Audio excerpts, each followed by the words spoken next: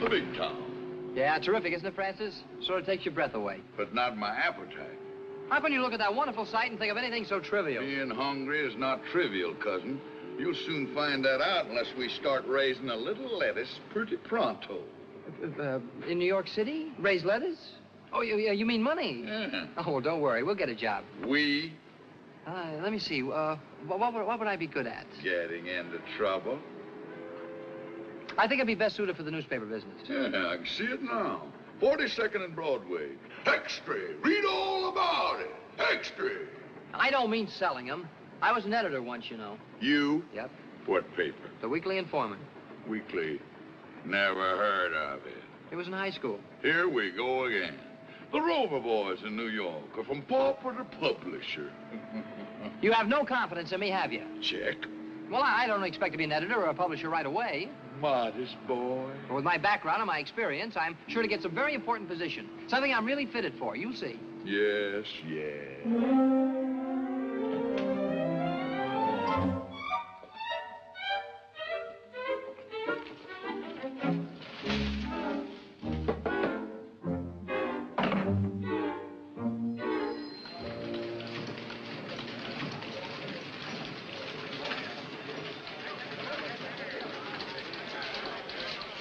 Copy, boy. Rewrite.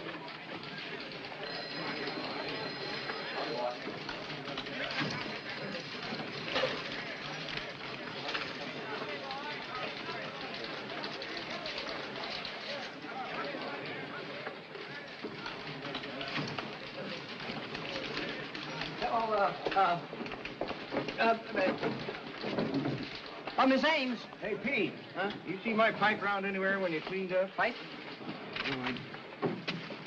Oh, I don't clean up anymore, Mr. Ross, but I'll ask the new guy about it. I'm a full-time copy boy now. Well, congratulations. Thanks. Way you're going, I better keep an eye on my job. Oh, you don't have to worry. I'm not going to be a sports writer. I'm going to do yarns on murders and rackets. You know, big important stories like Mr. Austin. Copy, boy. Oh, excuse me. Yes, sir, Mr. Austin. Stick this on the chief's desk, kid. I gotta beat it to the 8th precinct. You bet, Mr. Austin. Thanks, kid.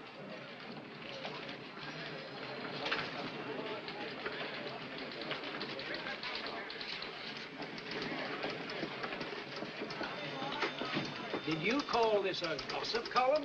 Frankly, I think it's dull. Deadly dull. Is it my fault high society's turned over a new leaf this week? Then why did young Van Cleve get a black eye at the Cameo Club? And where did the Arthur girl go on her honeymoon with the crooning pugilist? Polly Pry of the Clarion seems to know. She's also cost the Clarion $50,000 in libel. Would you like that?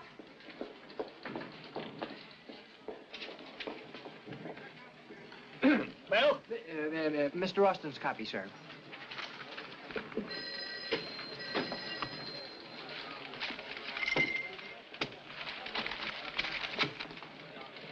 May I get you a Coke or something, Miss Ames? No, thanks. But if you could whip up some poison for that one, I'd appreciate it. Well, I think your column's swell. Never miss it. I'm flattered, but there may not be a column to miss unless I can dig up some wealthy and prominent family skeleton. Copy, boy. Oh, excuse me. Say, is Mrs. Potterby what you call the society stuff? This is Henry Potterby, the banker's wife? Yeah. I'll say she is. Why, do you know something? Come on, give. What about Mrs. Potterby? Oh, well, nothing, really. It's mostly about a chorus girl named Trixie Blue. What does Trixie Blue have to do with Mrs. Potterby? Well, nothing. She doesn't even know her. But you see, her husband... Whose husband, Trixie's? No, Mrs. Potterby's. But he won't be for long. Don't you believe it? They're devoted to each other. Well, not since the raid.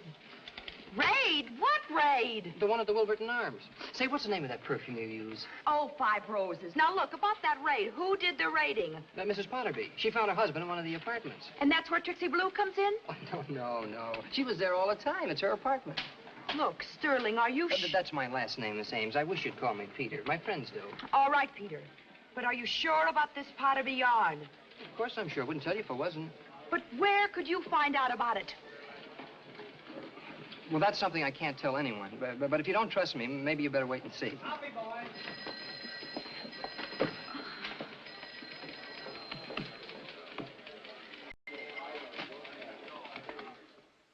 This is Mrs. Potterby.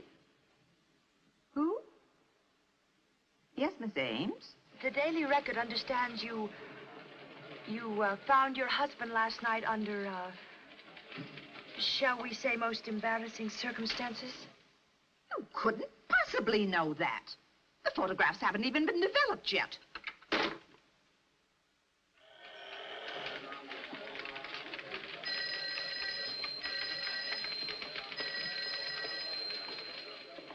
You were right as rain, Peter, darling. I'll never doubt you again. Oh, can I take your copy? No, I'm going to take this one into his nibs myself, but thanks a million.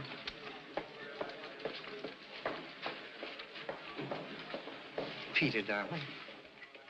Copy, boy. Copy, boy.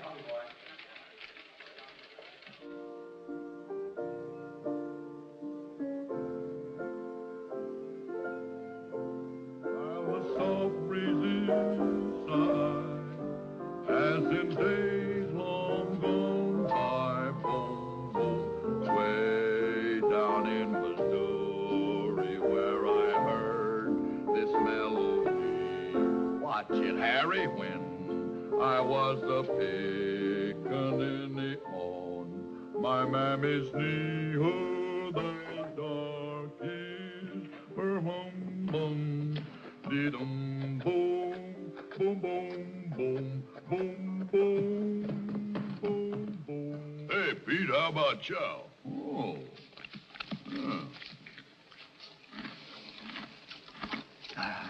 You feel all right?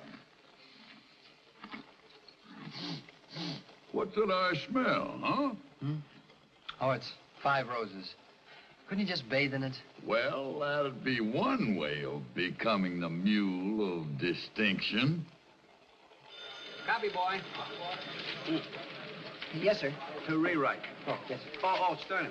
The mayor's chewing his fingers off up to his elbow, trying to figure out how I learned about the new highway proposal. Thanks a million, kid. Oh, that's okay. Mr. Vance, have you had a chance to talk to Mr. Henderson about me yet? Well, not yet. But I won't forget it. Oh, okay. Well, thanks a lot. Roger.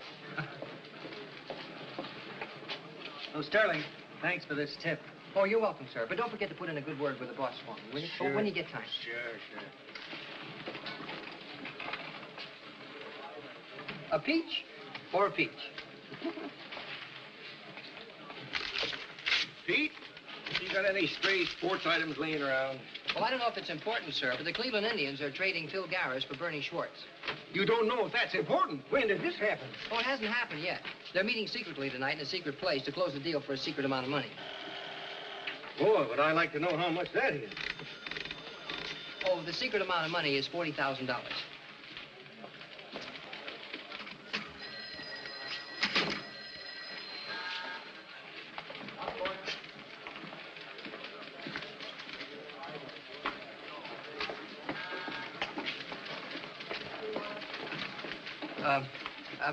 I don't mean to bother you, Mr. Austin, but I wonder if you'd do me an awfully big favor when you have a minute to spare. You caught me in a very spare one, Pete. Just name it. Well, I rewrote that piece like you suggested, sir, and I wondered if you'd mind taking a look at it again and see how I did. You know, my one ambition is to be an ace reporter like you, sir. And, of course, I know it takes a long time. Well, I want to help expose crooks and stuff. Stuff is right, as in Turkey, which is what you can do with that double-talking rehash on the 10th Avenue murder. How can I get a yarn on it when the DA and the police have climbed up, even on City Hall? But you're an ace reporter, lover boy. A little thing like that shouldn't stop you. Get a story. Get a story, the old buzzard. No one even knows who the corpse is yet.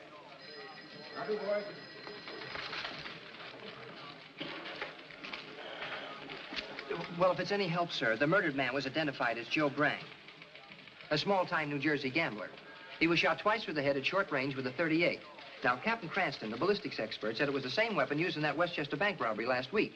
Now, they've got a dragnet out for an ex-convict named Eddie Frippert. That's why they don't want anyone to know. He and Brang were working together, and the police figured that after they pulled the bank robbery, they got into an argument over dividing the loot. I hope that helps, sir. But you left out Frippert's middle name, Stirling. Oh, Max. Look, kid, is this on the level? You're not just playing reporter and making all this up. Oh, no, sir. It's just like I told you, honest. But when it's so hush-hush that a fairly smart newshawk like me is stymied, how in blazes did you get a line on this? I can't tell you, sir. You just have to take my word for it. Okay, I'll do it. After all, no smart reporter divulges the source of his information, does he? Thanks a million, kid.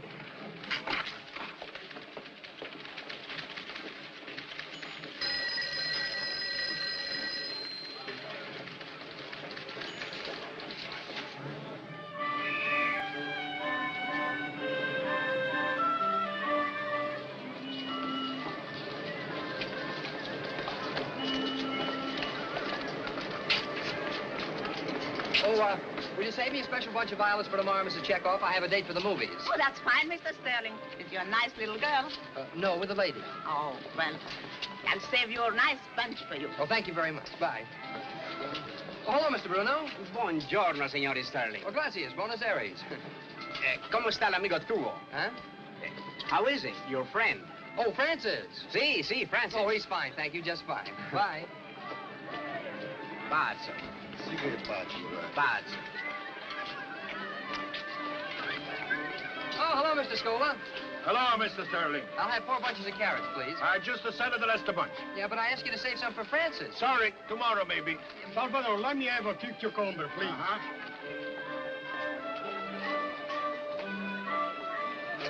Mr. Stirling! Mr. Stirling!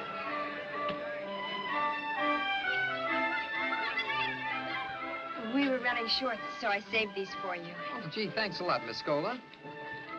You called me Maria yesterday. All right, Maria.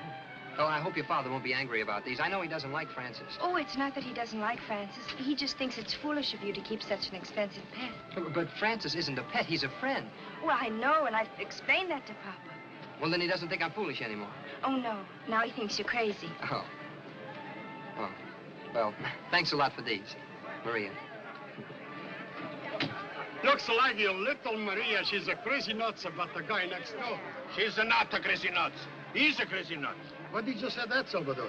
You remember the old stable I keep in the back when I used to be peddler? See, Well, this man, he pays me every month to keep his pet over there. it's not so crazy. Everybody likes to keep a pets. But this pet is a mule. Mule? You don't mean to say una mula? Sì, una mula. Una mula, Quando ti possibile. dico che quella è pazza, è pazza. Ma deve essere per forza Ma pazza. quello va a finire al Ma manicomio. no, ma quello... Seconds? Oh, thanks. Excuse you. Oh. Here's your paper. Thanks, Pete. Hey, here's the story I gave you on that Joe Brain killing. Sure. Made front page. Well, how come it's under Dan Austin's name? Oh, I passed it along to him. Why? He's our best reporter. Oh, why should any reporter get his name on your story, huh? Well, it'll be different after tomorrow. Yeah. I'm going in and demand that Mr. Henderson make me a reporter. Oh, says you. Hey, they're raising taxes again. Remind me to write a letter to the president. Francis, I think the time has come for me to settle down. Lead a more normal life. I want to get married. Come again? Said I want to get married. That's what I thought you said. I'm in love. I thought you looked goofier than usual, but on you, it's hard to tell. It's a wonderful feeling, Francis. You've been watching the birds and the bees? You know, when I look at her, I get hot and cold, cold and hot. Yeah. And when she looks at me, it's like being struck by lightning. My heart starts going pitter-patter, patter-pitter, like the raindrops. And my blood starts roaring like a hurricane. Is that love or a weather report? That's not funny. You don't seem to realize this is one of the most important moments in a man's life. A man, he said. Huh. She ain't a bad dish as females go. Who isn't a bad dish? Maria. Maria? Well, she's just a little girl. I'm going to marry a woman of the world. Alberta Ames. Well, kiss my great-aunt Regret who won the Derby. Not that tomato that writes all that grape juice in the Daily Record. Alberta is not a tomato. Be that as it may, have you set the date? Huh? No, not exactly. I haven't even proposed to her yet. Oh, then the dame hasn't lived yet. I'm taking her to the movies tomorrow night. Gee, I wish you could see how sweet, How wonderful. How lovely. Love. It's worse than a bad case of hoof and mouth disease. You have no understanding.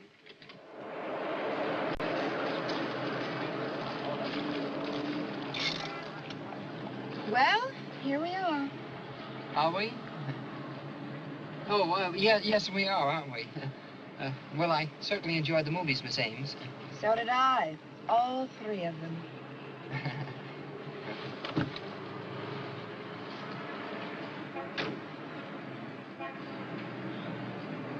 Oh. Well, it's been a wonderful evening, Miss Ames. Thanks for bringing me home. Good night. Peter, aren't you going to ask me in? In my apartment? Just you and me alone? Well, after all, Peter, I do trust you completely. Oh, yes, yes. well, it's just that, well, after all, I'm a man of the world. Tish, tish, tish.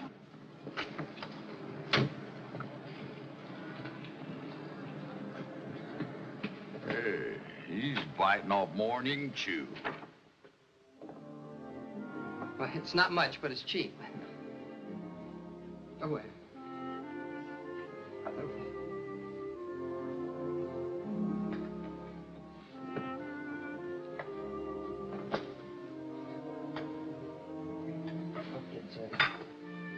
Thank you, Peter.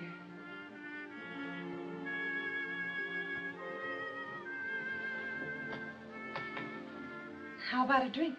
Oh, well, you name it. Root beer? No, lemonade. An orange pink. Maybe we better skip it. Oh, no, I'll go. I have to drive. Oh.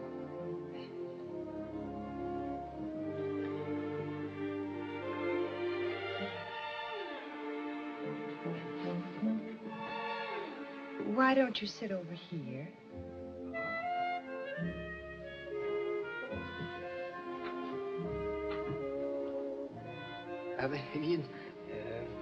Well, do you know Keats? Well, I don't know him very well.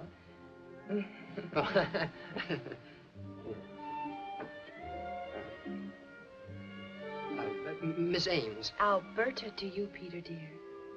Alberta? Gee, thanks. You know, I just love the smell of that 5 roses on you. Oh, I didn't know it was noticeable. Oh, I'd know you by it even if I were blindfolded. Alberta, I have a confession to make. Yes, Peter? Well, you dropped this in the office the other day, and I picked it up and kept it. I hope you don't mind. Mind? Why, I'm flattered. I may even say I'm thrilled. Well, you know, there comes a time in every man's life when he has to start thinking of the future. Peter, you're not going to pop the question. Yes. Alberta, tomorrow I'm going to ask Mr. Henderson to make me a reporter. Well, I think you'd make a good reporter, Peter, with all your connections. Connections? Well, you know where you get all that wonderful inside information. Oh, that. Don't you think you ought to let Alberta in on it? Just to prove how much we trust each other. Please, don't ask me. See? You really don't trust me. I do. Then you mustn't keep secrets from me. Yeah, but... Please, Peter. Tell Alberta.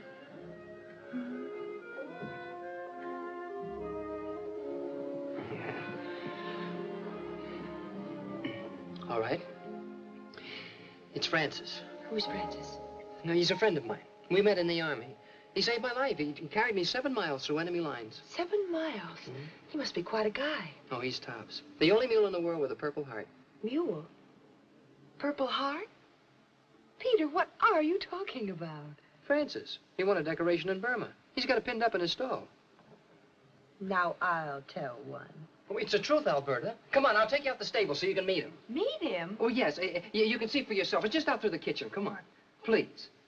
Please. I've always wanted you to meet Francis anyway. You'll get a big kick out of him. I hope he's still up. Oh, the lights are on. He's probably reading.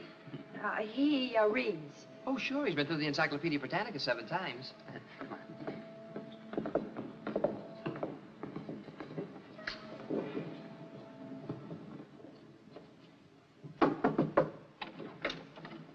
Hiya, Francis. You decent?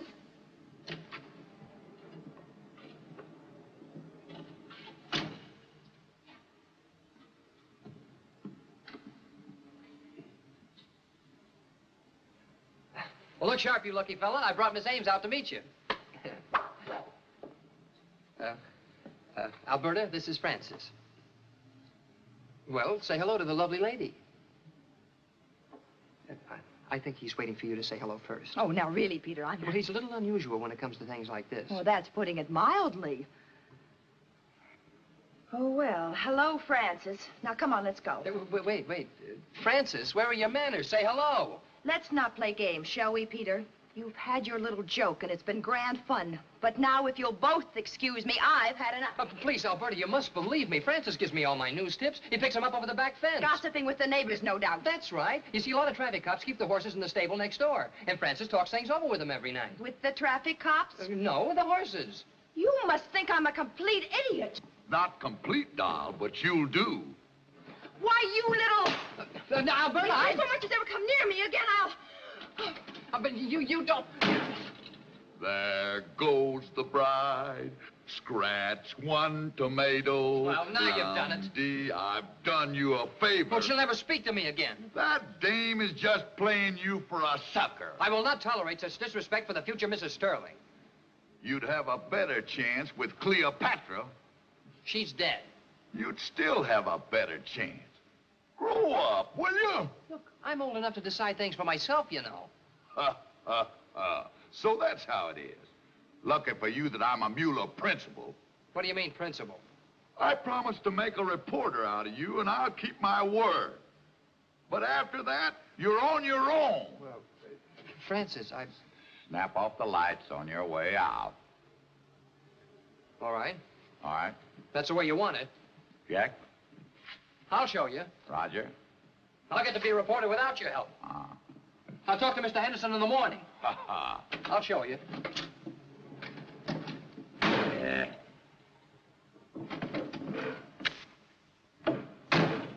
Good night, lover boy.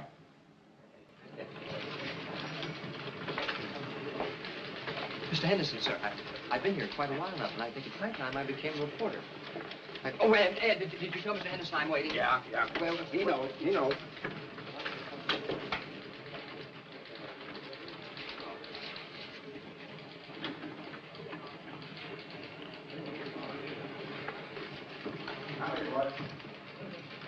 Well, beautiful, how'd you make out last night? Terrific. I met the informer in person. Oh, tell me more. His name is Francis. Francis? Uh-huh.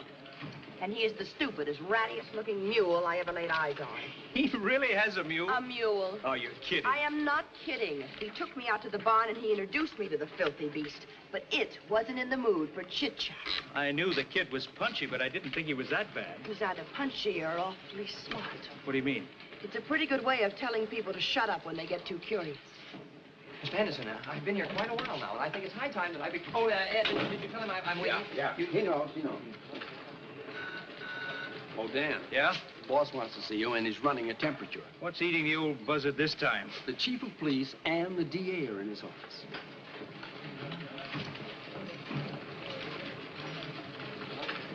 This is the sort of thing we can't have. It makes our job twice as tough. Come in, Dan. Shut the door. Well, good morning, gentlemen. Crime must be taking a holiday. Never mind the wisecracks, Austin. It seems you've upset the authorities no end. Where did you get the lowdown on the Joe Brang killing? Oh, so that's it. Was it somebody in my office? Was it someone in the police department? Now, we've got to know because we want to know you. Just a moment, gentlemen. A newspaper man can't tell you where he gets his information. I've been saying that for an hour. It's a matter of ethics. Ethics be hanged. If it's someone in the police department, I'll make him sorry for the... Well, If you please, sir, I'd like to speak to you. can't you see I'm busy? But this can't wait, sir. It's terribly important. Well, what is it? What is it? Well? Well, sir, I have been here for quite a while now, and I think it's high time that I became a reporter, sir. Well, all the You boys... pick a moment like this? Get out! Get out! We've had a dragnet out for Eddie Fribbit. And because of your premature story, he's given us the slip. He's probably in Mexico or on his way to Europe by this time. Excuse me, sir. All right, son, you've asked for it. See the cashier. You're through. But I want to tell you about this, Mr. Frippard. I don't care anything about... Now... What about Eddie Frippert? Oh, I know where he is. You what? You know where he is? Yes, sir. Well, where is he? Well, where? I don't think I should tell you now that I don't work here anymore. Better call him back. What do you mean? He is where I got the story. What? Get him! You! Come in here. Do you want me, sir? Get in here. Well, let's have it. Come on. Where is he? Where's who? Frippert, Eddie Frippert. Where is he? You said you knew. Oh, I do. Well, speak up, boy, speak up. Well, I don't work here anymore. For heaven's sake, you work here. Are you sure? You work here. Put it on paper? You work here. I do? Now, where's Eddie Frippert? Well, he's at 318 DeLacy Street, apartment 3B. Police headquarters, quick. He's under the name of Eddie Phillips.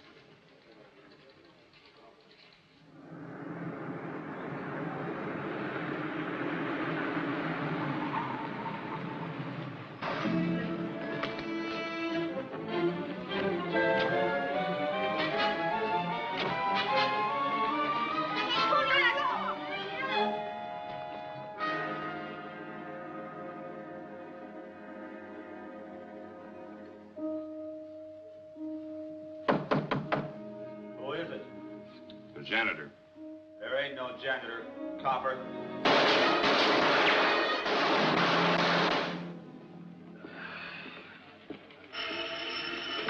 Hello? It's your call. Oh.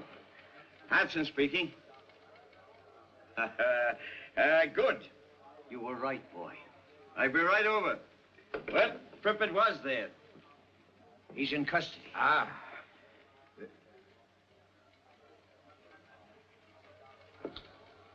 Well, Stirling, you'd better start talking. Yes, give it to us straight. Who do you know in my office? Your office? Who are you? The district attorney. Well, how do you do? The district attorney? I didn't even know you had an office. How do you make your connections with police headquarters? Yeah, well, I guess I take the rapid transit to 42nd Street. Don't be funny. Who tipped you off to Eddie Frippert? Oh, that? Yes, that. Well, I can't tell you. Why not? I can't tell you, that's all. Go ahead, Pete. Tell him about your mule. What mule? What about a mule? Sterling has an educated mule that tells him things. What? What sort of nonsense is this? He doesn't mean Mule Johnson, who was with the Tracy mob. No, this mule's name is Francis. Oh, stop beating about the bush. Now tell us where you get your information. I can't tell you. Good boy, Stirling. Lesson number 1. A good reporter never divulges the source of his information. Yeah, but really, Mr. Henderson, if you'd only... A reporter? Me? Well,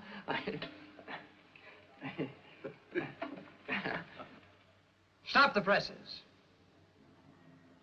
Stop the presses. Tear out the front page. Copy, boy. Stop the presses. Stop the nonsense. Yeah. Stop the nonsense. What are you supposed to be? No, I'm just practicing how to be a reporter. After all, with all the scoops you're going to give me. Oh, I should have stood in bed. Well, what's wrong? Making you a reporter was one thing. Fixing it so you can keep the job, well, that's another. Yeah, well, wait till I'm a top reporter on the record. Alberta will come crawling, begging me to forgive her. Bourgeois with ketchup. Stop dreaming. Let's get to work. For this, I got the Purple Heart with 4 palms.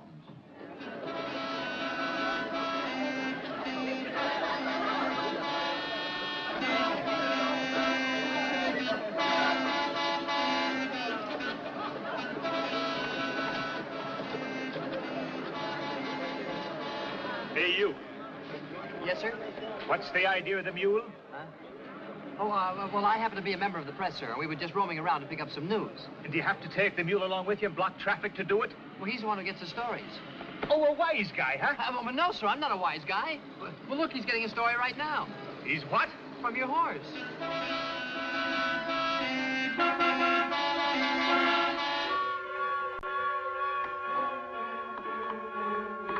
I tell you, there's nothing wrong with me. Look, the square pegs in the square holes, and the round pegs in the round holes.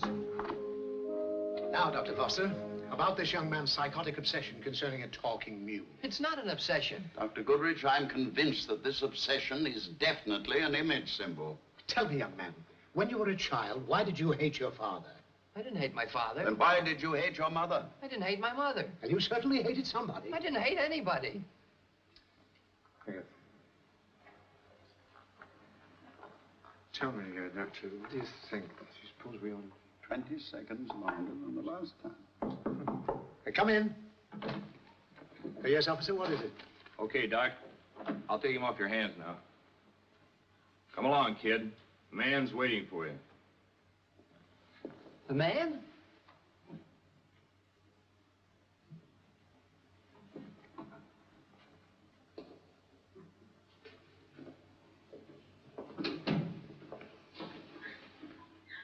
Oh, Mr. Austin, am I glad to see you? I was afraid it was... Cheer up, kid. The release took some doing, but you're all in the clear now. Oh, well, that's wonderful. Does Mr. Henderson know? Not a thing. I covered up for you. Oh, you're swell. Thanks a lot. Look, kid, there's no point in antagonizing the police unnecessarily. Forget all this nonsense about the mule. Yes, sir. But you know where he is? Where who is? Francis. I said forget it. Yeah, but if he doesn't hear from me, he'll worry. Worry? A mule? Well, yes, he's very high-strung. High-strung? Yeah, I've been in that room now for 3 hours. I've been pushing a square... I am not going to move another peg until Mr. Austin arrives to get me out. Get you out? He's the one who put you in.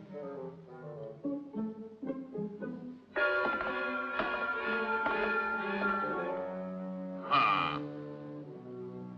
The breadwinner. Yeah. Hiya, Francis. It's about time you got home. Huh. Where you been? That's a nice welcome after what I've been through today. Yeah? They had me under observation. Twice. So? They thought I was crazy. And they let you go? That's not very funny. Pete, I told you 1,000 times, if you so much as mention me, you'll wind up in trouble. Yeah, but everyone keeps asking me how I find out You things. don't have to tell them. Just wink and act mysterious, like this. Ah, get it? Well, I'll try it. All right. What about some news? We haven't picked up any today. Hey, what do you mean, we? I didn't take Florabelle to lunch for nothing. Florabelle? Who's Florabelle? Sharpen your pencil, kid. Wait. Are you ready? Okay, go ahead. Huge gem robbery. The Swank Jewelry Store of Van Cardle and Company was robbed in broad daylight this morning by 3 armed men. Mr. Van Cardle said... Mr. Roger Van Cartle, the owner, was on the telephone when Duke Treswell, A.C. Ducey Davis, and Red Crispy, 3 Sing Sing parolees entered. Duke Treswell immediately pulled a gun. Sterling, in my 30 years of newspaper work, that's the neatest piece of reporting I've come across. Oh, well, thank you, sir. Not a word on the police radio, nothing on the teletype, and you scooped every sheet in town, even to identifying the robbers. I don't see how you did it. Oh, connections.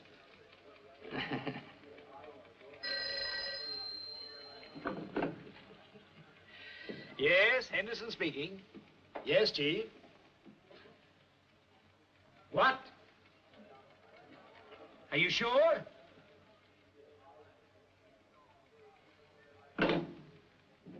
Sterling? Yes, sir. That was Inspector Hanson on the telephone. Oh, really? Yes, he told me why there were no police calls about the robbery. Oh, I guess I didn't want to frighten off the robbers. No, Sterling, because there didn't happen to be a robbery. Oh, no robbery.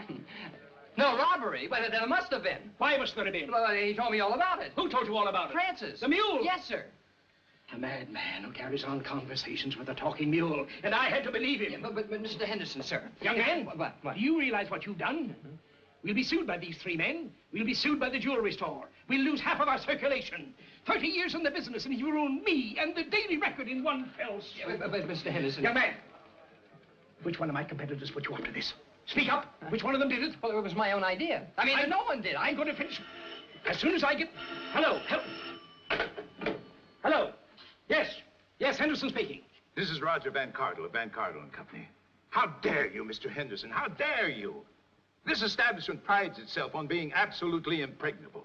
Mr. Van Cartle, I assure you, the entire thing's a mistake. A horrible mistake. And an expensive mistake, Mr. Henderson.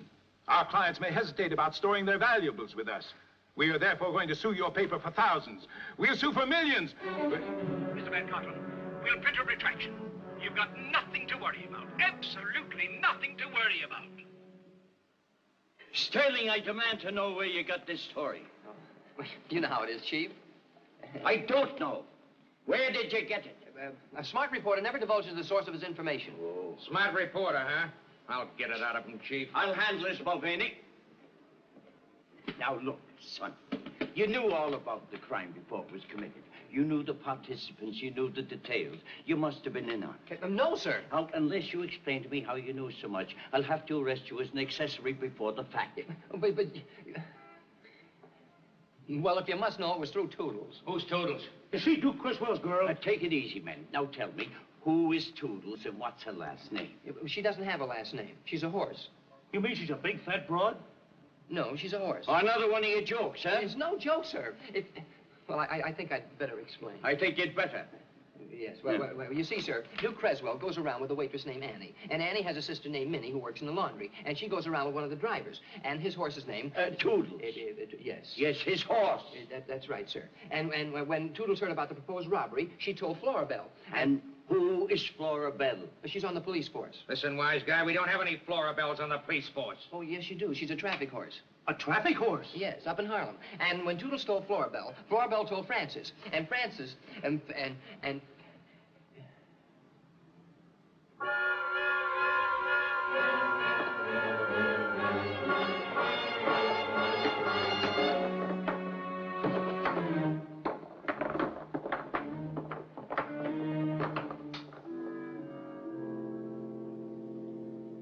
Splendid, young man.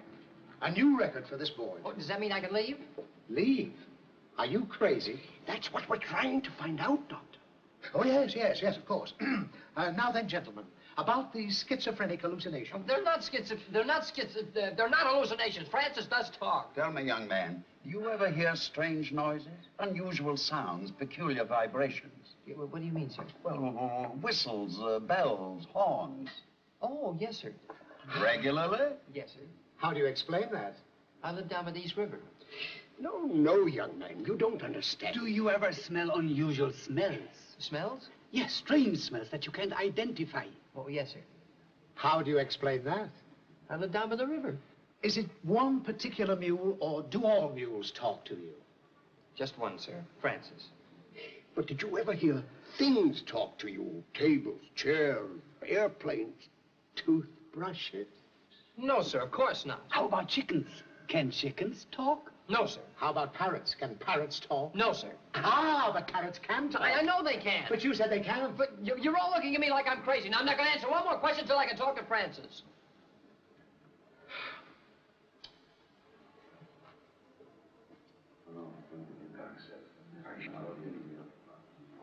What do you think, gentlemen? I say, let him talk with the animal. It might be most interesting. You mean the mule will come here? No. I'll go along with Stirling and observe his behavior during an actual period of hallucination. Young man, we've decided to let you converse with this mule. Well, it's about time. May I use a phone? Phone? Telephone a mule? Yeah. No. We want you to speak to him in person. And Dr. Goodrich will go with you. Yeah, but... Yes. Good afternoon, Francis. So this is Francis. Yes, sir. There couldn't be any mistake, could there, Stirling? No, sir. Francis, this is Dr. Goodrich, a psychiatrist from the hospital. Would you please tell him that I'm not crazy? Is the mule talking to you now? No, sir. Now, Francis, I know we've been through this before, but please, you can't let me down now. Easy now, easy. No, he's just being stubborn, that's all. Oh, is that what it is? Yeah, every now, time come here, my boy. I understand perfectly. You are worried because your animal friend won't speak to you. Well, yes, sir. But you needn't be. You must realize that there's nothing unusual in what has happened to you. I've seen hundreds of cases, and they recover. Yeah, but there's nothing wrong with me. I know. In your mind, there is a void. Well, like a vacuum in nature, it demanded filling, you see. Not exactly. Almost always we find such cases seek some person or animal who is in trouble. Hurt, suffering, or miserable. Like this silly creature. Just look at him. Undersized, dull-eyed, spiritless, decrepit, stupid. As sad and broken down a beast as ever heaven created. But I still got my own teeth. Can you tell? Who said that? I did. Who is I? I is me. But who is me? Well, don't you know who you are, Doc? Well, I told you you could talk, didn't I? I told you. Sure I can talk, but none of this drivel I've just been listening to. It is not drivel. Why, here is a clear case of hyper-imaginative reaction induced by emotional starvation. Acute symptoms of urban claustrophobia. Hogwash. Don't you believe him, young man? I've had many years of successful practice. Many years. Doctor, you know what I think? No, and I don't care. I think you're off your rocker. Impossible. Why is it impossible, Doc? I'm the psychiatrist. Common medical reaction. We use a garden term to describe it. The God complex. Very common. That'll do. That'll do. Calm yourself, Doc. Now, just a few questions I'd like to ask. Tell me, are you married? I am not. At your age, do you go out with girls? I have no time for women. Clinically correct. A good income, Doc? Largest in the hospital. Hey, that fits together nicely. Quite a build you got there, Doc. Remnants of an athlete? What do you mean, remnants? Well, Doc, we ain't as young as we once were, are we? Just that my hair's thinning. Tell me, how do you sleep? Perfectly. No dreams? Of course I dream. About being chief of staff at the hospital? Well, yes, as a matter of... My dreams are my own affair. I'm being insulted. Yeah. Get me out of here. Of course. Get me out. Get him out. I think we'd better leave. Yes, take him I'm out. being insulted. Get me out. Get me out. Unhappy case. Next patient.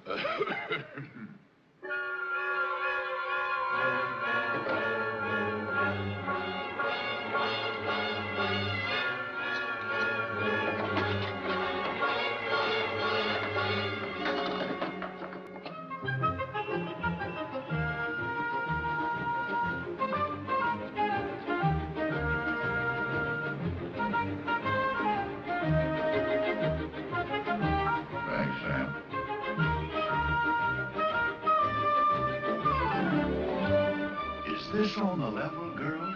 Huh? Direct from the start.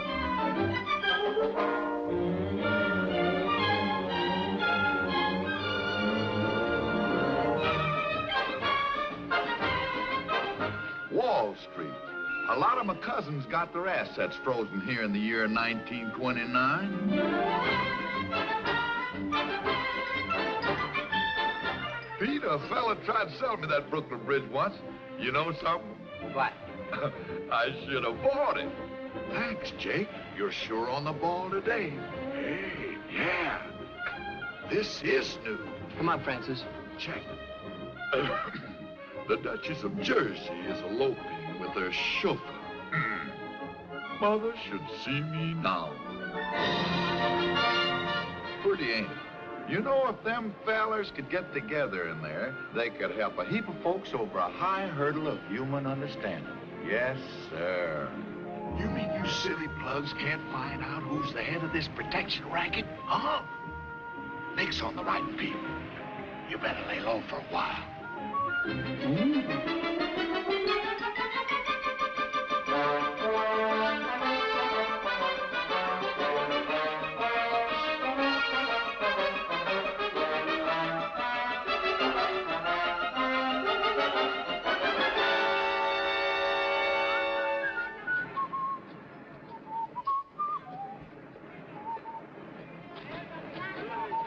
Good evening, Mr. Stirling. Hello, Mr. Francie. Good evening, Mrs. Seidler.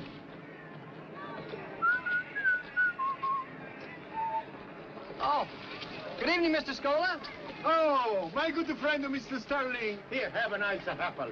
Maria, look who's here. Oh, thank you. Hello, you nice mule. Oh, you really make a nice pet. I like you very much. Hello, Peter. I saved these turnips for Francis. I thought he'd like them for a change. Well, that's certainly nice of you, Maria. Thank you very much. Thank you. Go on, run along. They make a nicer couple. Maria, was that a lunatic? Lunatic? What do you mean, a lunatic? You know who that is? That is a Peter Stirling, DA #1 newspaper reporter. He's a big shot. You told me it was a coconut. Coconuts? Non dire coconuts, mi fai perdere la pazienza. Hai detto che era un pazzo. Perdo la pazienza, non Ma sai no, quello che tu sei una succede. bandiera. You know, we haven't seen very much of you these days. Well, the newspaper man has a pretty busy life, Marie. Oh, I know. I see your name in the paper every day, and I'm so proud. Are you really? And so is Papa. Oh, then he doesn't think I'm crazy anymore, huh? Oh, no. Now he says, oh, that fellow Pietro, he's got a plenty of brains upstairs. You've got an awfully pretty laugh, Maria. Do you think so? Yeah, it bubbles. It kind of makes you want to laugh some more. Oh, fudge. What did you say? I said I'm a pretty good judge. Peter, you always think of me as a little girl, don't you? Well, you are, aren't you? I'm going to be 18 tomorrow. 18? Tomorrow? Well, you certainly don't look it. I suppose it's the way Papa dresses me. He still wants to think I was a little bambina. Bambina, that's cute. Well, that's not too bad, after all. Hey, why don't we go out tomorrow night and celebrate your birthday? Oh, Peter, I'd love to. Oh, that would be a real birthday. Oh, I'll tell you what we'll do. We'll go out. Keep chewing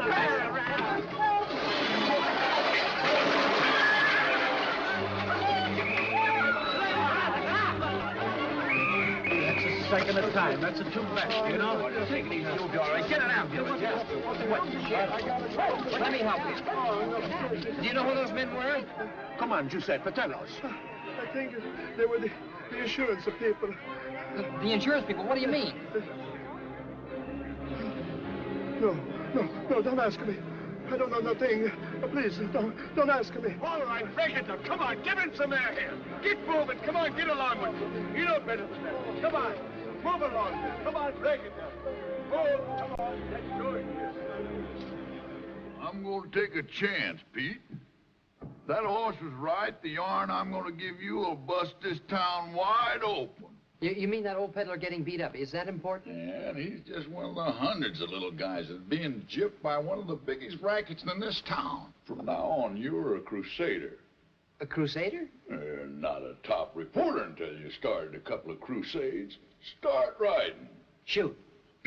Racketeers terrorizing small merchants. Racketeers, huh? Don't interrupt. That peddler's horse was tough enough to understand. How come? Oh, he talk with an accent. Racketeers terrorizing small merchants by Peter Stirling. Under the guise of selling insurance, a group of racketeers... headed by a supposedly reputable businessman, has been exacting tribute from small merchants, peddlers, and street vendors in various parts of the city. I don't like it, Brad. Not one bit. Looks like one of our clients did a little talking, Mr. Garnett. Headed by a supposedly reputable businessman? The newspaper didn't get that from any client. Nobody knows about me except you and a few of your boys. You know you can swear by me and the boys, Mr. Garnett. I don't swear by anyone, Mitchell. Well, it might have been just a lucky guess. Some reporter fishing in the dark. I can't take any chances. I worked too hard keeping myself in the background. Get me Alberta Ames at the Daily Record. I've got to find out what this fellow Peter Stirling knows. Miss Ames and I used to be rather chummy. I'm sure she'll be glad to cooperate. Miss Alberta Ames, please. Yes? Why, certainly. Jeff, darling, how very nice. It's been such a long time. Yes, too long. Alberta, you can do me a slight service, and you'll find me most grateful. Who? Yes, I know him quite well. I'm sure he'll be delighted.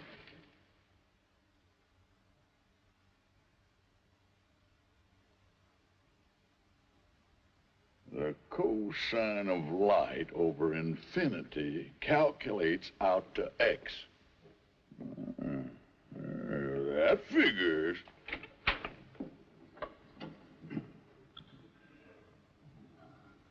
Well, how do I look? Oh, no. You'd didn't have to rent that monkey suit just to have a date with Maria. Oh, it's not Maria. Something else came up, something very important. Oh, you made up with that tomato. She's not a tomato. How did you know? By the look on your puss. Well, I told you she'd change her mind about me. She came over today and apologized for the way she's been acting. So you still think that night-blooming cabbage goes for you? Of course, it would never occur to you that she might love me. You? Me. Ha ha. Pardon my hairy legs. Anyway, you gotta skip the date. Skip it? What for? Pete, I got some real hot news for you. Hot news? Oh, can't it wait? Listen, I just found out who the head man is in the protection racket. Well, can't it wait till I get back? Do you want the story or don't you? Well, of course I do, but you don't understand. It's just not Alberta. I have a dinner date with some very important people at Mr. Jefferson Garnett's home. Garnett? Yeah. That's the guy. He's the head of the racket. Oh, don't be a jackass. Look who's calling who. Why, you're just making that all up because you don't like Alberta. Figures. Well, I got a right to pick my own friends. And so have I, Fancy Pants, so button up your lip. Don't slam the door.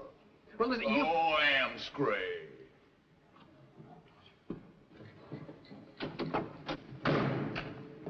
Oh, Peter! Oh, why, you didn't tell me we were going formal. Huh? Well, we're not. I mean, there's been a change in plans. I was just coming over to tell you. A change? Yes. Miss Ames has invited me out to meet some important people. Well, you know how it is with newspaper men. We need influential contacts. Oh, sure. I understand, Peter. That's all right. Yeah, well, we'll go out tomorrow night, okay? Oh, well, Maria, here, I want you to have these. And happy birthday. Oh, no, I couldn't, Peter. You better keep them for your date. I brought these carrots for Francis. Well, thanks. Well, I was a little rude to Francis just now. Perhaps I'd better go back and apologize.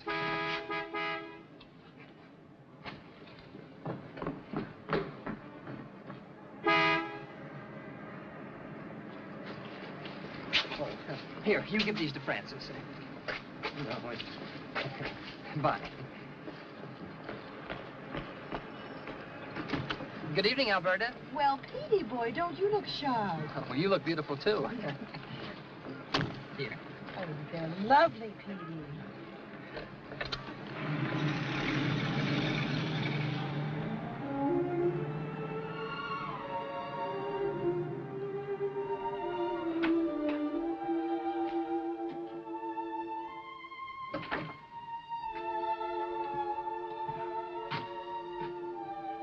I'm so miserable, Francis.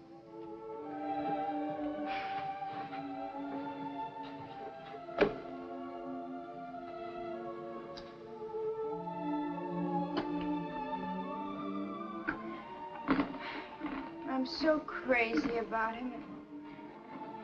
He doesn't even know I'm alive. It's lucky for me you don't know a word I'm saying. How can you care for that guy? Francis! All right, all right. But you're talking. Well, But mules can't talk. well, women can, unfortunately. Now, relax. I want you to give Pete a message for me. Yeah. Tell him from now on he's on his own and not to look for me. Oh, you're not leaving him. Finished, through, and tell him that's 30 for tonight. But you can't go. He'll miss you. He needs you. Who says I can't? Him running out on his friends for that Alberta Ames dame? Oh, but she is beautiful. And glamorous. I guess that's the reason Pete likes her. He always thinks of me as a little girl. Then why don't you grow up and get glamorous? Me? Why not? Hey, in a couple of hours, I could give you enough zing to land a fish like him. But how? Well, let me see. Well, first you gotta forget that Pollyanna ooze in your voice and give out with some low and throaty tones. You know, the kind of stuff that makes boys act like men and men act like boys. Listen. R-E-I-O-U. Come on, say it.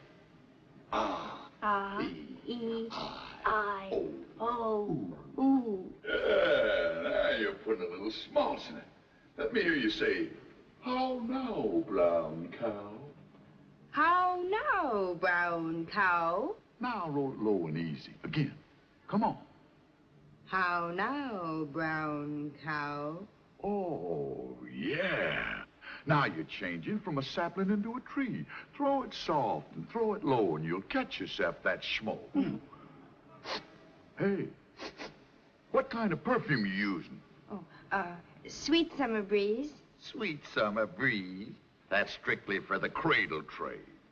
For the long pants, you want moment of madness. Oh, I'll get some first thing in the morning. Okay. Let me see your wall. Oh. Take those skis off. Put some bounce in it. Try it. Go ahead. Oh, no. Here, get a load of this. Da da da da da da da da da da da da. It don't mean a thing if you ain't got that swing. Fancy. You got something to sell, so you sell it. Da da da da da da da da da da da da. Strictly from the nursery. Hey, that'd fracture them in the kindergarten. No chic, no savoir-faire. What's that? I don't know, but that dress ain't got it. What about the one I've got on? Yeah. Take it off. I beg your I pardon? got ideas. Take it off. Why? Oh, I'm gonna make a few alterations. Well, I can't take it off in front of you. Why not? 'Cause I just can't. Do you want Pete or don't you? All right, turn your head the other way. I'm old enough to be your mother, your father. I'm old enough. Don't peek. All right. Hurry up and get that dress off. I got a wonderful idea. Yeah. All right. This works. Uh-huh. Now rip out the sleeves. The sleeves? Lower the hem of that dress 5 inches. 5 And the neckline right down to the shoulders. Why, Francis, that's so daring. Hey, you know, after I get you dressed up, you know what Pete's gonna do? What? He's gonna take you in his arms and he's gonna say, oh, darling, to me you're the quintessence of feminine loveliness. Ah, Francis. Oh, slush.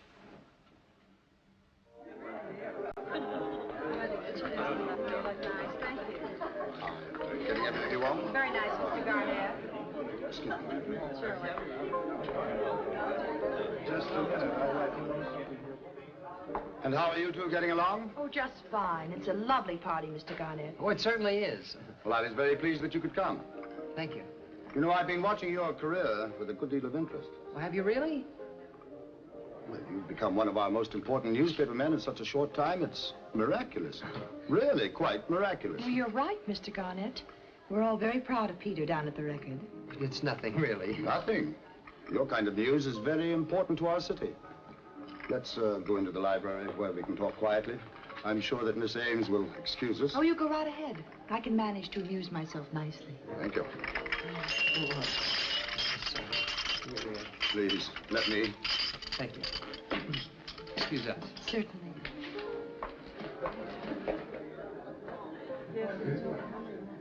Fortunately, I did.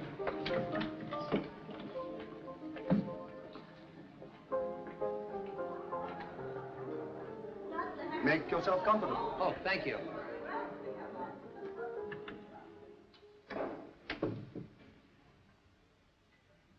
That was a very interesting story you had in today's Record. Oh, glad you enjoyed it, sir. There's one thing that puzzles me, though, P.S. P.S.? What's that? They're your initials, aren't they? Oh, yes, sir. I'm known as J.G. It's informal, and I like it better than nicknames, don't you? Oh, yes. J.G. That business about a protection racket, that's a horrible thing, terrorizing people. Is your story based on actual fact, or just an imaginary bit of sensationalism? Oh, it's actual fact, sir.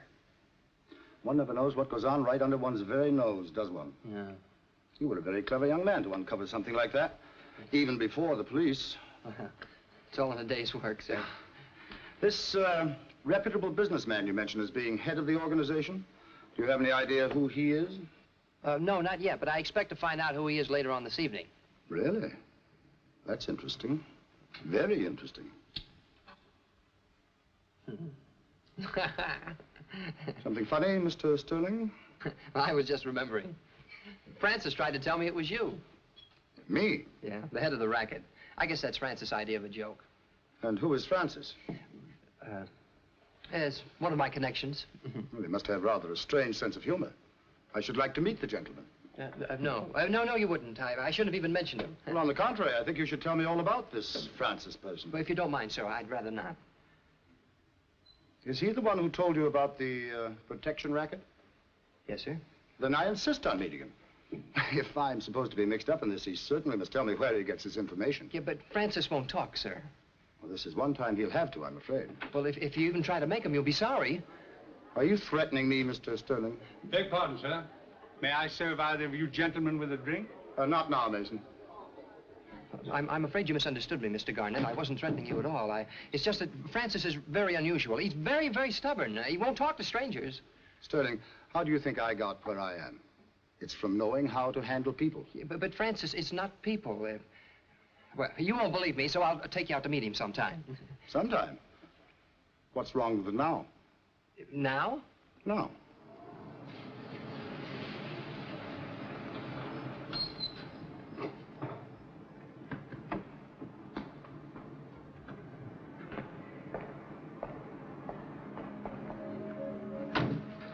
He lives in a place like this? Oh, no, sir. I live here. Francis lives in back, in the stable. Oh.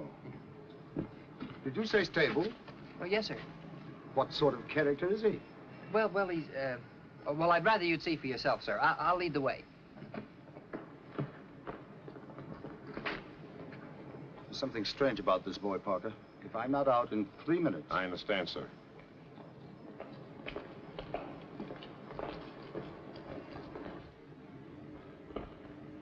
Lights are out. Must be asleep.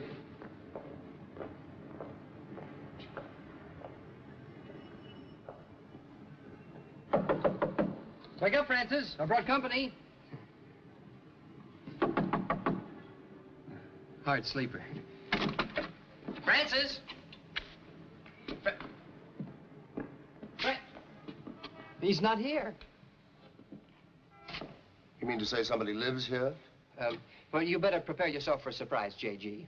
A surprise? Yes, sir. I was afraid to tell you before for fear you wouldn't believe me, but, well, Francis isn't a man. Well, this is hardly a place for a woman. Oh, well, Francis isn't a woman either. Isn't a man, isn't a woman. What in blazes are you talking about? Francis is a mule. A mule? Yes, sir. Well, I didn't come down here to visit any mules.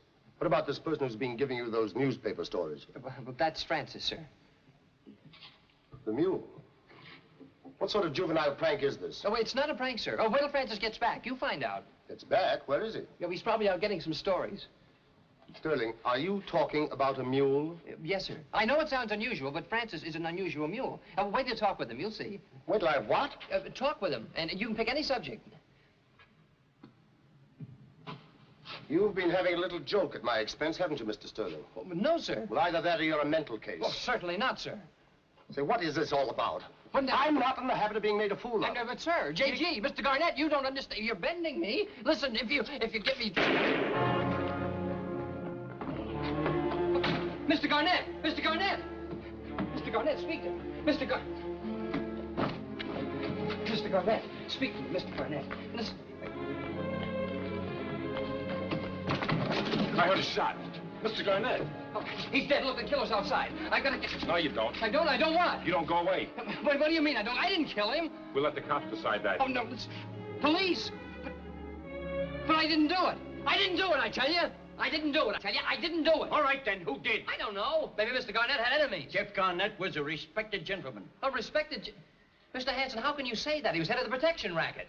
Where did you get that fantastic notion? From Francis. He tried to tell me, but I thought he was kidding. Who's Francis? I told you, gentlemen. Don't start that mule talk again. If you're trying to build up an insanity plea, Stirling, it won't work.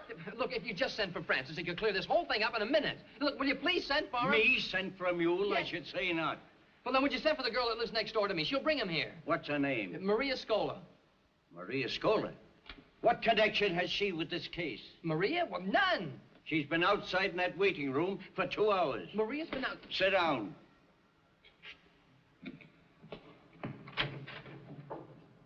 Would you come in here, please?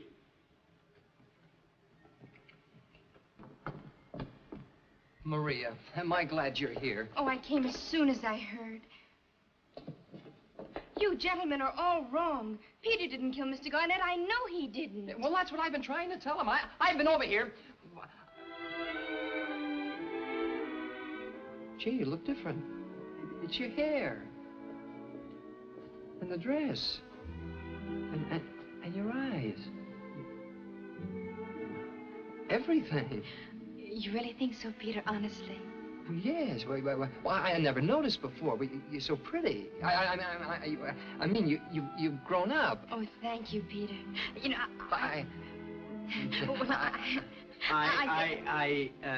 I hate to disturb you two lovebirds, but have you any evidence on the killing, Miss Scola? Evidence? Yes. Do you know who killed Garnett? Why, no. Oh, but I know that Peter couldn't. Why, he couldn't kill anyone. Well, they won't believe I'm innocent, but they'll change their minds when Francis gets here. Oh. Look, Maria, would you please go home and get him? I can't. Francis is gone. What? He's gone. Gone? What do you mean, gone? Well, he told me to tell you goodbye. And he says from now on, you're on your own. My own what? Oh, no. No, he can't be gone. He can't get along without me.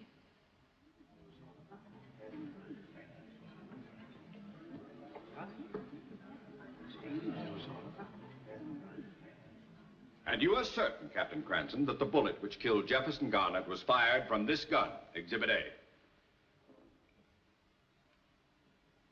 Absolutely certain, sir. And this is the same gun, is it not, upon which were found the fingerprints of the defendant? The same gun, sir. That will be all, Captain. Your witness. No questions.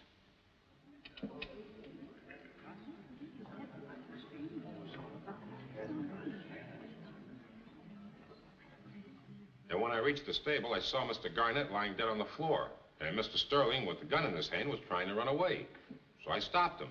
And how long a period of time elapsed between the firing of the shot and your arrival at the stable? Oh, less than a minute, sir. That will be all, Mr. Parker. Your witness, Mr. Cavendish. No questions.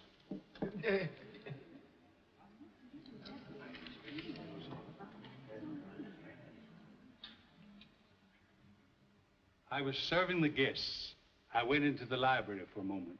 And what did you see and hear? Mr. Garnett, may he rest in peace, was facing this person. He was asking this person, "Are you threatening me, Mr. Stirling?" And that was all you heard? Yes, sir. I closed the door immediately. Very good. Your witness?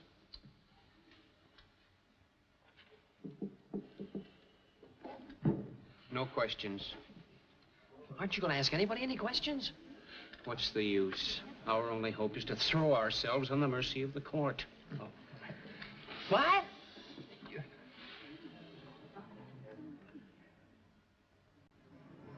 She don't look so good, Marie. I've been watching the jury 2 weeks. The way they look at him, I'm afraid it's no good. Papa, look. Ferenczi already. You'd think he was never coming back. His only chance is to plead insanity upstairs. Oh, Papa, you know he isn't crazy. No. You wait until the jury hears him talk about the mule. Papa, I want to tell you something that I've never told you before. I've talked to Francis. That's nothing. When I used to be a peddler, I used to talk to my horse. Oh, giddy up, back up. Oh, but Papa, you don't understand. I've talked to Francis, and Francis has talked to me. Sure, I remember what... You mean Francis, the mule? He talked to you? Yes, Papa. Oh, mamma mia, this is contagious. Adesso mia figlia è pazza. Oh, Papa, you've got to believe me. Francis really talks. Oh, please, un momento. We not to get excited. When you say this mule talk, you don't mean he talk. You mean he talk the mule talk. No, Papa. Francis really talks. Exactly the same I do in English. You don't call that dialect English, do you, Paisan? Who say that? Oh, you've come back. So you don't like the way I talk, huh? What? Oh, Francisco, the mule. Oh, mamma mia. Oh, look at, hey. Papa! Papa, what's the matter? Papa! After the shot was fired, Mr. Stirling, and you picked up the gun, what did you do next? Well, I started after the murderer, but the chauffeur stopped me. But you do admit that you and Garnett were scuffling just as the shot was fired?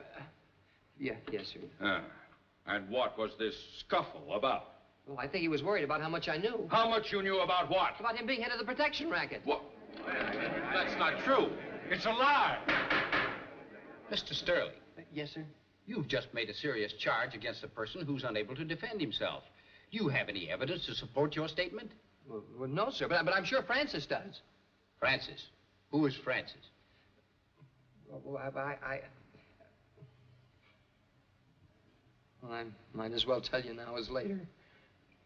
Francis is a mule.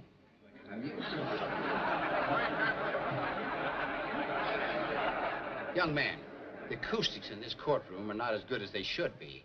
It sounded as though you said mule. I did say mule, Your Honor. Mr. Evans, has this defendant been examined by a psychiatrist? Yes, Your Honor, by one of the top men in the psychiatric field, Dr. Ernest Goodrich. Is Dr. Goodrich in the court? No, Your Honor. He's in the sanatorium. A complete nervous breakdown. And what were his conclusions as to the defendant's mental condition? That he was sane, Your Honor. I knew you wouldn't believe me, Judge. But Francis is a mule. A regular mule with 4 legs and big wobbly ears, and he talks. But he's got more brains and a bigger heart than anyone I know. And I should have listened to him. 'Cause he's the best friend I ever had. Young man, in view of the findings regarding your sanity, all this testimony about a talking mule will have no effect.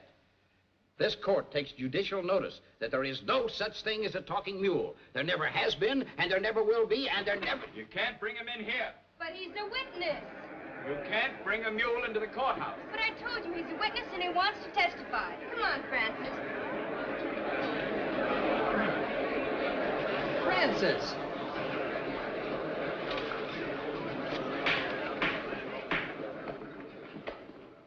Young lady, what's the meaning of this? Sir, this is Francis, and he's come here to help Mr. Stirling. Help him? Yes, sir. He wants to testify. Don't you, Francis? Young lady, this courtroom is no place for facetiousness. I shall have you held in contempt. But she's not in contempt, Your Honor. Francis did come here to help me, didn't you, Francis? Well, go ahead and tell His Honor all you know about Mr. Garnett.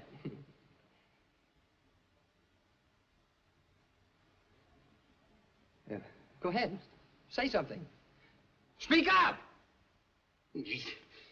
Young man, are you trying to convey the impression that this animal, this dumb animal, has the gift of speech? Well, I don't know if it's a gift, Your Honor, but he speaks all right when he feels like it. Yes, well, apparently he didn't feel like it. Well, I guess he wants to be sworn in first. Yeah. Sworn in? This is ridiculous. No, sir. Excuse me. Mr. Cavendish, would you ask Francis to the witness stand, please? Me put a mule on the witness stand? I should say not. Yeah, but he'll testify about Mr. Garnett and the protection racket. Won't you, Francis? No, I've taken all the interruptions I intend to take. Bailiff, clear this beast from my courtroom. Your Honor, you mustn't. You can't. Mr. Cavendish, you're my lawyer. You're supposed to be helping me, so would you please put Francis on the witness stand? I couldn't. Why, I'd feel like a jackass talking to a mule. And how'd you think I'd feel talking to a lawyer? Now, there's no need for sarcasm. That wasn't you. That was the mule. I hope to kiss a duck it was a mule.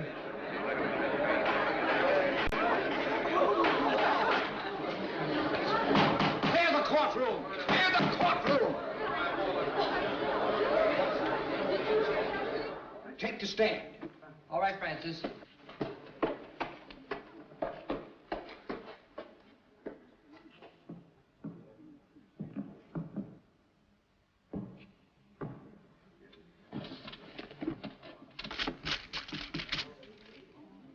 down, Judge.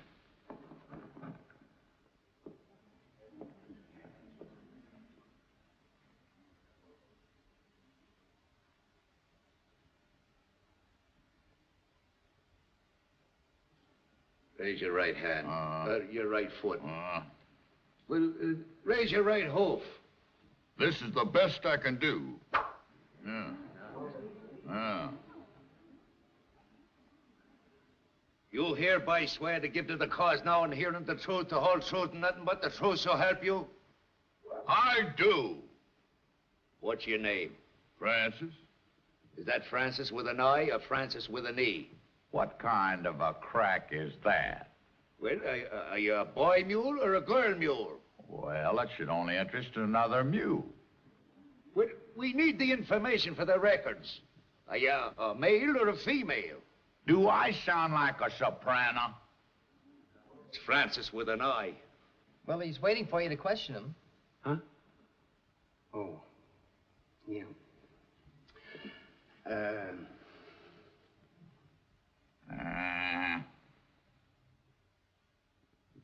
Well, sir, animal, mule, Mr. Francis, will you please tell the court and the jury what, if anything, you know about the alleged murder of Jefferson Garnett? Well, any one of 1,000 people could have killed Garnett. He was the head of the protection racket. How do you know?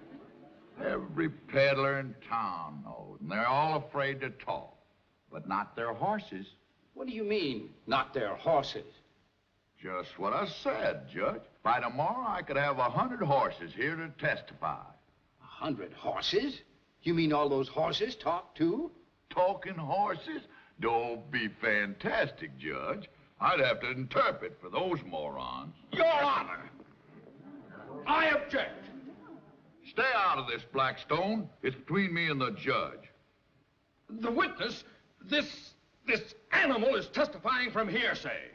The Court of Appeals, in the case of the People versus Martin, interpreting Section 8256 of the Code of Criminal Procedure, approves such testimony in cases involving murder in the first degree. Look it up, Counselor. Volume 526 at page 321, under point 3, 3/4 of the way down on the left-hand side of the page. Judge, come here.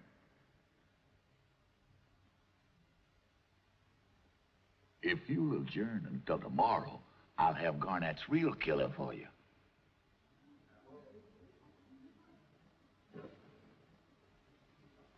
This mule's adjourned. Huh? This court is this mule. 10 o'clock tomorrow morning. Thanks, Judge.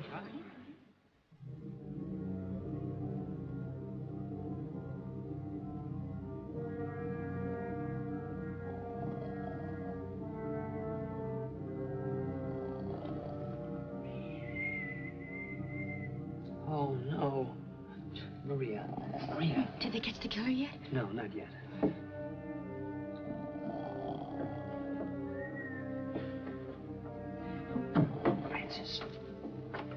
Francis, wake up. What's the big idea? You picked a fine time to go to sleep. Got anything better to offer? But nothing's happened yet. You wake me up just to tell me that? Look, you said the killer would be here tonight. I did. Now pipe down. Let me get the rest of my shut-eye. You don't seem to realize I'm heading for the electric chair. Well, when you gotta go, you gotta go. Come on, Stirling, let's get going. Oh, please, the killer still may show up. Not a chance. It'll be light in a few minutes. I'm sorry, miss. Well, you meant well, Francis.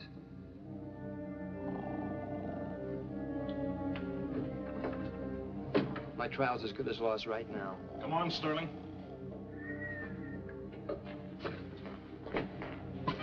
Maria.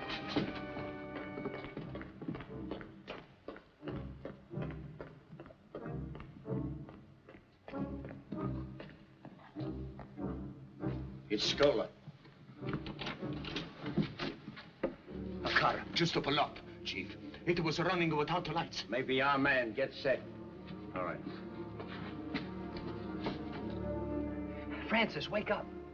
Wake up, Francis. Oh, I'm awake. The killer's here. Well, that figures. Well, you still haven't told us why he's coming here. To kill me. To kill you? Oh, no. Yeah, he's afraid I'll put the finger on him. Shh, get your head down. Duck.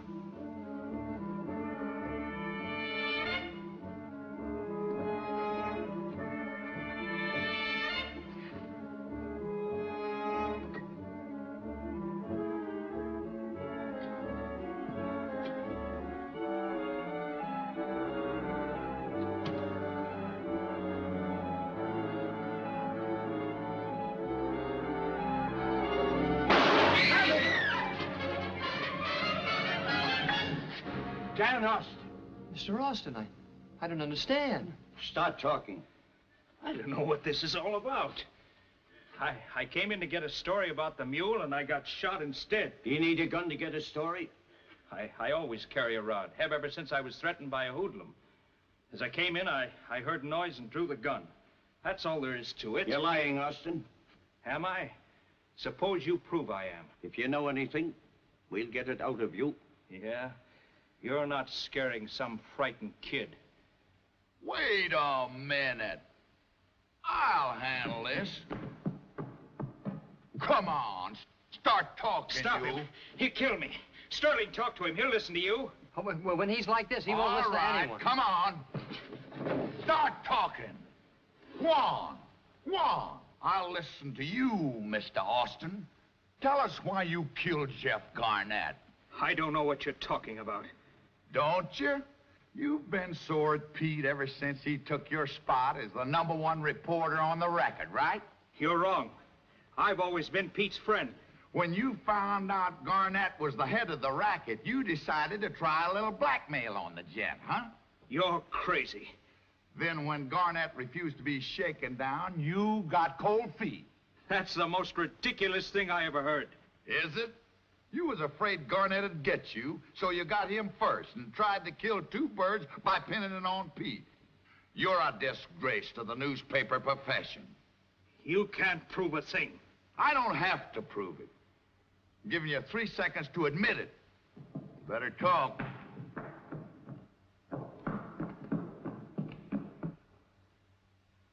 One. You gotta protect me, Chief. It's your duty. This is illegal.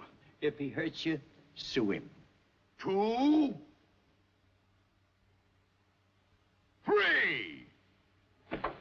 I'm getting on the target. The next one's coming at you. No, You better no, talk I'll about admit it. I'll admit it.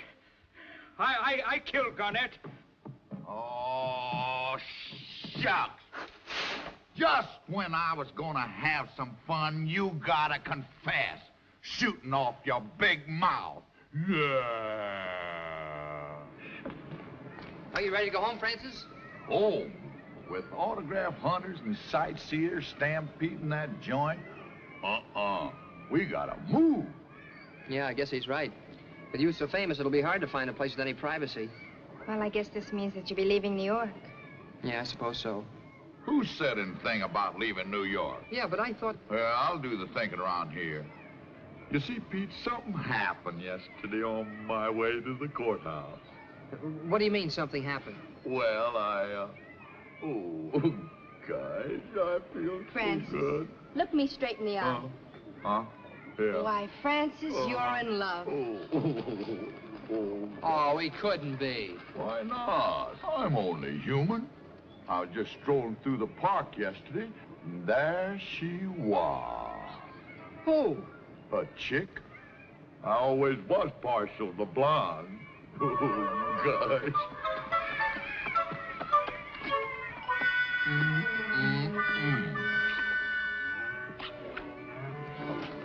Excuse me. Francis. Huh? Francis, that's a zebra. Oh, don't let them pajamas fool you. Oh, don't be impatient, sugar.